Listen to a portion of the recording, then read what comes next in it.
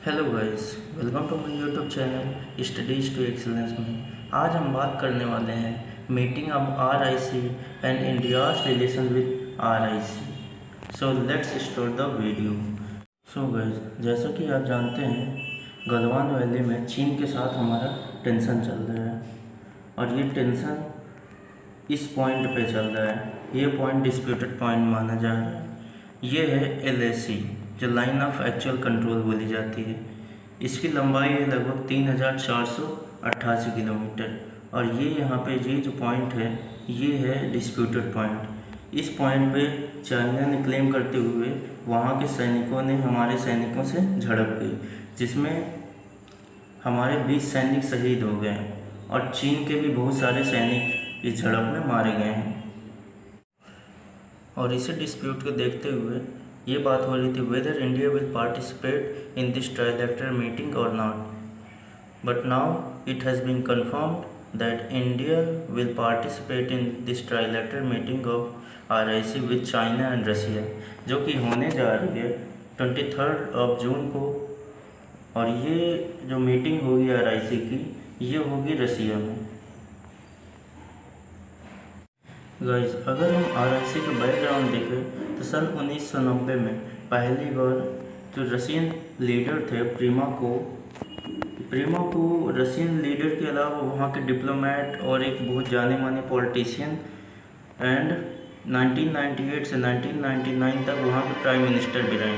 इन्होंने सबसे पहले RIC का एक आइडिया दिया था और इन्हीं को क्रेडिट जाता है RIC का कॉन्सेप्ट क्रिएट करने के लिए। और RIC का फॉर्मुलेशन इन्होंने इस वजह से किया था ताकि जो वेस्ट पावर्स हैं under the head of USA उनको एक मैसेज दिया जाए कि we do also have a counter balance, क्योंकि RIC के through the Russia wanted to end it's subservient foreign policy guided by the US and renewing gold ties with India and fostering the newly discovered friendship with China। और इस तरीके से रसिया चाहता था कि एक जो वेस्टर्न पावर्स है under the head of US उसका एक काउंटर बैलेंस, एक नया ऑर्गेनाइजेशन बनाया जा सके।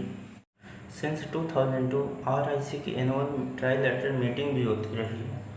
गाइस, आपको पता ही है कि इंडिया और चाइना के कई सारे डिफरेंसेस रहे हैं और इन्हीं डिफरेंसेस की वजह से ये डिफरेंसेस RIC मीटिंग के दौरान भी देखे गए।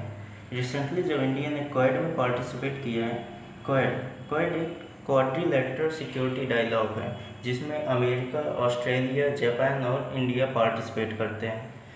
इस पार्टिसिपेशन को लेकर भी चाइना ने RIC की मीटिंग के दौरान इशू बनाया था। Guys, if we see importance of RIC meeting for India, we can find out that a rising India is quite capable of managing its ties with Washington, Beijing and Moscow simultaneously। किस तरीके से?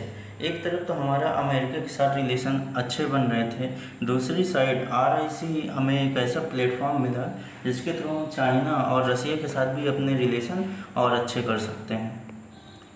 और guys, अगर देखा जाए तो RIC countries इसलिए भी इम्पोर्टेंस रखती हैं कि पूरे वर्ल्ड के लैंड मास का टोटल 19% ये कवर करती हैं।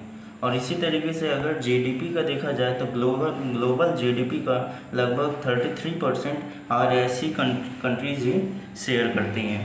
Guys, if we talk about RIC की 2020 में होने वाली मीटिंग के बारे में, तो ये मीटिंग पहले मार्च 22 to 24 को होने वाली थी, लेकिन कोरोना वायरस पेंडेमिक की वजह से इस मीटिंग को पोस्टपोन कर दिया गया और अब ये मीटिंग 23 जून को होने जा रही है।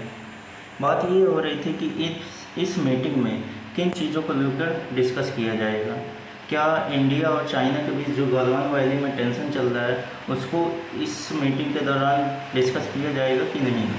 इस चीज़ में रशियन फॉरेन मिनिस्टर ने क्लैरिफिकेशन दिया और बोला कि RIC agenda does not involve discussing issues that are related to bilateral relations of a country with another member.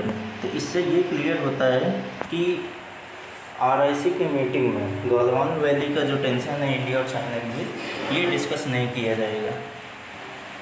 रसिया ने ये भी क्लैरिफाई किया है कि जो RIC मीटिंग के दौरान इसमें डिस्कस किया जाएगा जो कोविड-19 पेंडेमिक है उसको लेकर कैसे तीनों कंट्रीज़ कोऑर्डिनेट कर सकती हैं ताकि इस पेंडेमिक को रोका जा सके।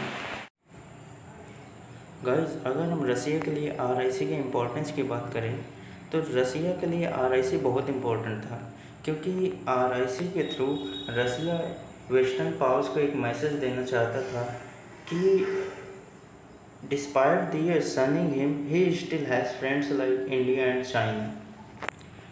गाइस, जैसा कि हम जानते हैं कि रसिया और इंडिया की दोस्ती हमेशा की रही है, फिर भी जम्मू एंड कश्मीर के मुद्दे पे जब चाइना ने जम्मू कश्मीर का मुद्दा यूनाइटेड नेशन के सिक्योरिटी काउंसिल में उठाया था, तब रसिया ने इंडिया को नहीं सपोर्ट किया था, बल्कि एक मिडिल पोजीशन लिया था। ये इस वजह से ताकि चाइना और रसिया का रिलेशन ख़राब ना हो। गाइस, हम जानते हैं कि इंटरनेशनल पॉलिटिक्स में स्पेशली जब भी ग्रेट पावर्स की बात रही है तो इंडिया ने कभी भी किसी भी ग्रेट पावर्स की साइड नहीं लिया, बल्कि हमेशा से एक नॉन अलाइनमेंट की सिचुएशन में रहा है, एक नॉन अलाइनमेंट को प्रेफर किया है। However, China's hostile attitude towards India in recent years is increasingly forcing India to confront. So guys, this is the end of video. Thanks for listening. Video को like करें, share करें, subscribe करें और ऐसे ही आगे आने वाली वीडियोस की नोटिफिकेशन पाने के लिए please hit the bell icon.